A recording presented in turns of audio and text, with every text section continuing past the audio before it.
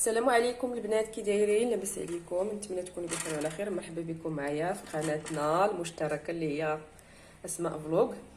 اليوم غادي نصايب معكم واحد البيني. غنحتاجو كاس كبير ديال الحليب يكون سخون. بسم الله.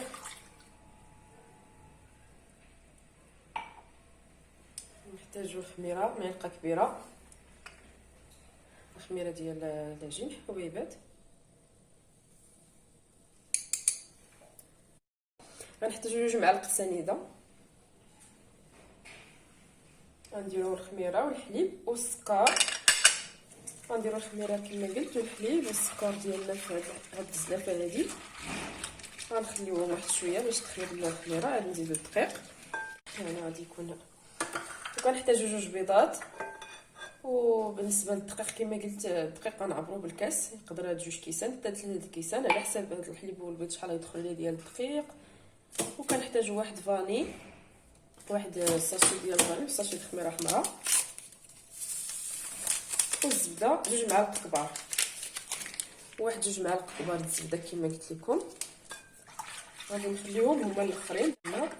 دابا غنخليو هاد الحليب والخميره تفاعل لينا واحد 10 ديال الدقائق كما قلت لكم. غنخلي هاد الخليط ديال الخميره والحليب يتفاعل ليا، نغطيه بالبلاستيك وغنخليها واحد 10 دقائق تخمر ليا الخميره، ونرجع نكمل معكم الفيديو حتى الاخر.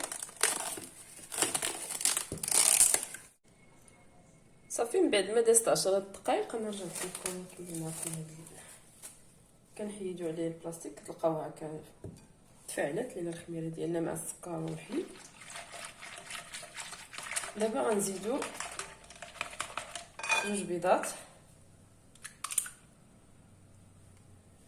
وغنزيدو واحد نص معلقه ديال الملحه، معلقه صغيره،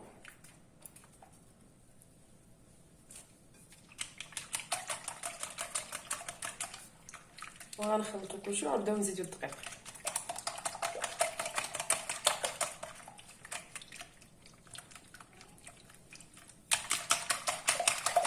بالنسبه للدقيق راه قلت لكم على حساب الخليط. غنديرو نعبرو بهذا الكاس باش درنا الحليب.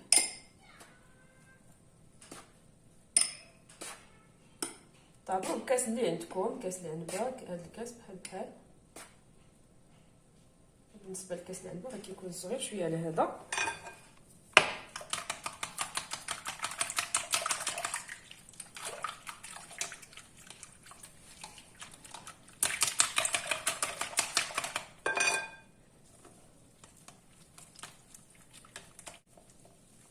غنزيد الدقيق شويه بشويه.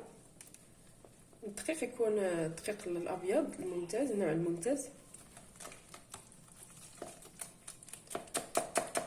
ديال الحلويات.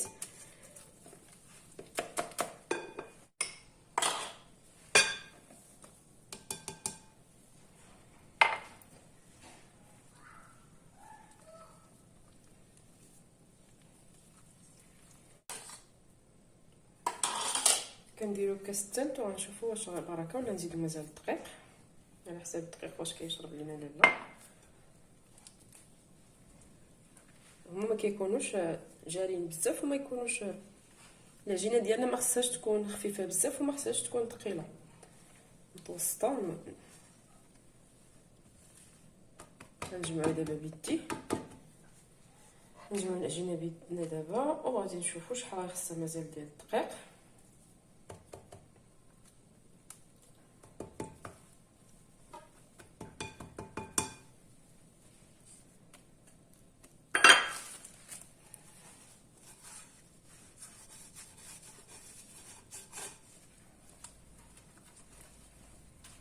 مازال خاصها الدقيق مازال جاريه. نكملوا هذا الكاس.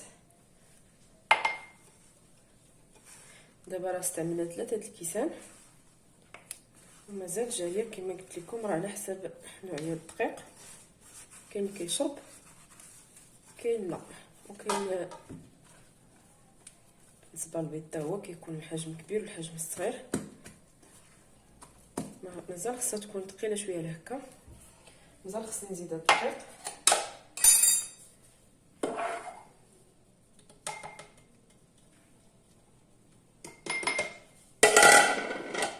نشوف واش بركه هاد 4 كاس ولا نزيد مازال. انا حيت عبرت غير 3 د الكيسان. غنزيد الساشي ديال الخميره هي الاخرى، وغادي نزيد واحد شويه ديال الدقيق على 3 د الكيسان. قول 3 أو 4 ديال الدقيق، 3 د الكيسان وربع. دخلت ليا العجينه على حساب كما قلت لكم، على حساب كل دقيق واش كيشرب ولا لا. صافي غندلكو العجينه ديالنا وندخل الدقيق اللي زدتو الخميره. الزبده ديال البواطه اللي عندكم، يا ديال العبار يا ديال البواطه، غنزيد ليها المعلقه الاولى وندخلها ليها، نزيد المهم 2 معالق، نزيدو شويه بشويه.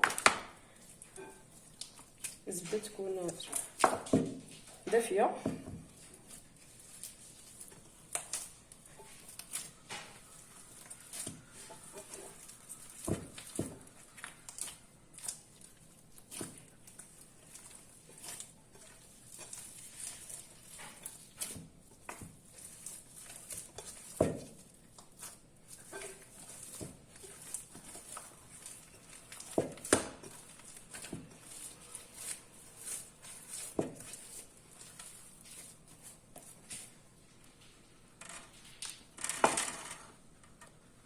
وغنزيد المعلقه الثانيه هي 2 معالق.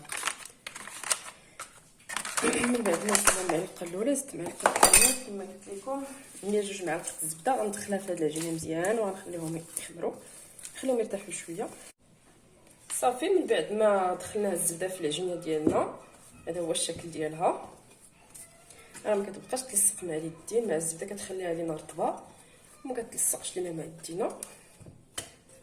صافي غنخليوها ترتاح واحد 10 دقائق، نغطيوها بالبلاستيك.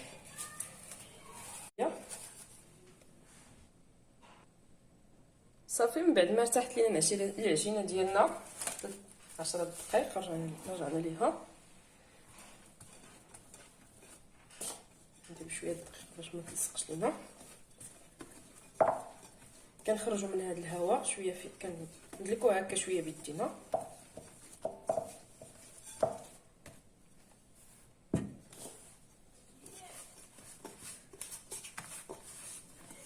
صافي وغادي نقطعها على 2 باش ما تجينيش كثيره في الكراس. صافي كندير لها الدقيق العجينه خفيفه باش ما تلصقش لنا في هذه البلاصه فين غنطلقوا العجينه. العجينه راه خفيفه. نطلقوا العجينه ديالنا بالدلاك، ما كنرقوهاش بزاف باش يجيونا شويه غلاظ. نخليو العجينه شويه غليظه. غنزيد مزيان نطلقها شويه.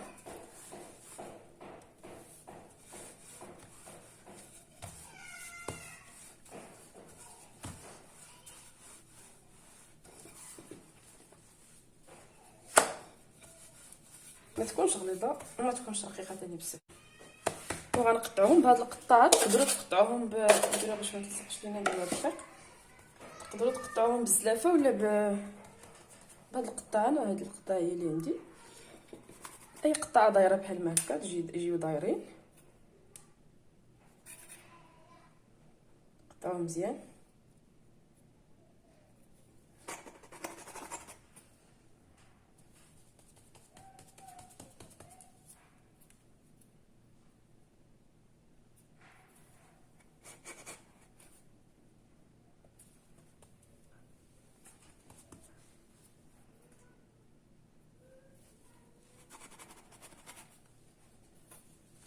وكنحيدوا لهم هذا الوسط باش يطبع حتى هما الا عندكم هذوك الطبع اللي كيكونوا صغار دايرين.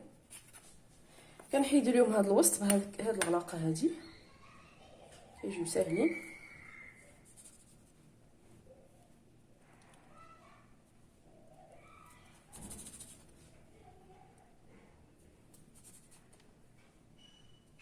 هادو غنقليهم في الزيت.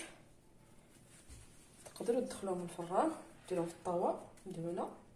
انا غنقليهم دابا في الزيت وغنوريكم حتى ديال الفران كيجاو في اللون ديالهم.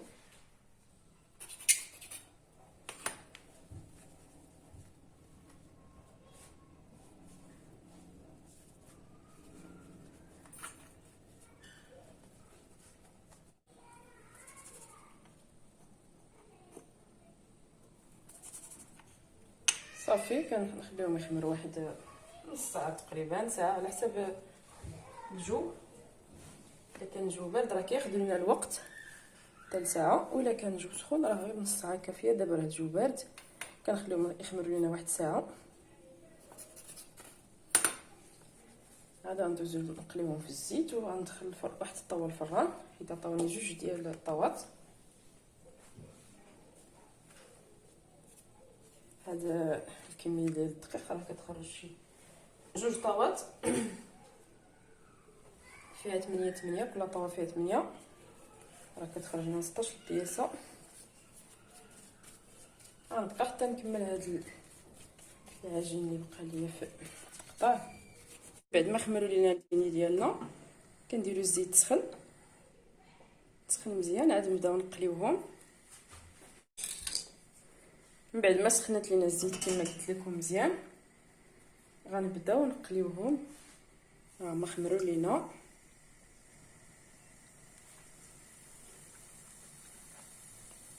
كديروا شي مقله تكون صغيره، ولا ما بغيتيش تكثروا الزيت، ما بغيتوش تضيعوا بزاف الزيت ديروا مقله صغيره.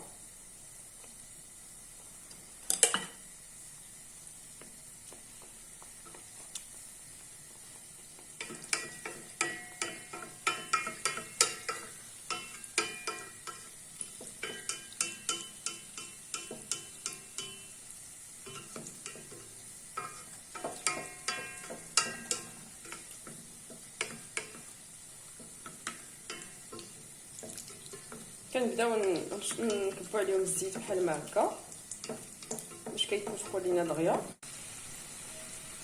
راه ما كيشربوش الزيت، واخا كتشوفوهم مخلين في الزيت راه ما كيشربوش لينا الزيت. وإلا ما بغيتوش كدهنوهم بالزبده وتدخلوهم الفران. الا ما بغيتوش تقليوهم في الزيت كندهنوهم بالزبده وكندخلوهم الفران. غنوريكم واحد شويه درتو في الفران كما كتشوفوا معايا. من بعد ما تحمروا حيدتهم، غنعاود ندير كميه اخرى هنا.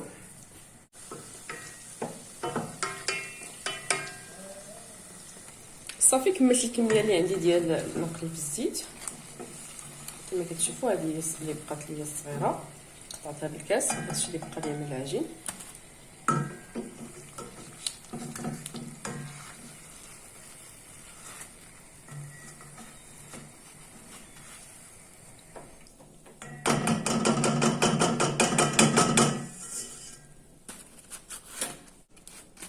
كنشفوهم بهذا الورق من برا، راه ما كيشربوش لينا الزيت من الداخل. هادو اللي غندخل الفران كما قلت لكم راه غندهنوهم بالزبده، غندوب شويه د الزبده وغندهنوهم بها باش يتحمروا لينا. صافي كدهنوهم بالزبده مزيان. من بعد ما خمروا كندهنوا الطاوه اللي غنديروهم فيها بالزيت باش ما يلصقوا لينا في الطاوه، وكندهنوهم بالزبده. صافي وغندخلوهم الفران كما قلت لكم. الفران يكون دافي، ومن بعد كيكون ناقص باش اللي ما بغاوهم في الزيت راه من الاحسن يديروهم في الفران.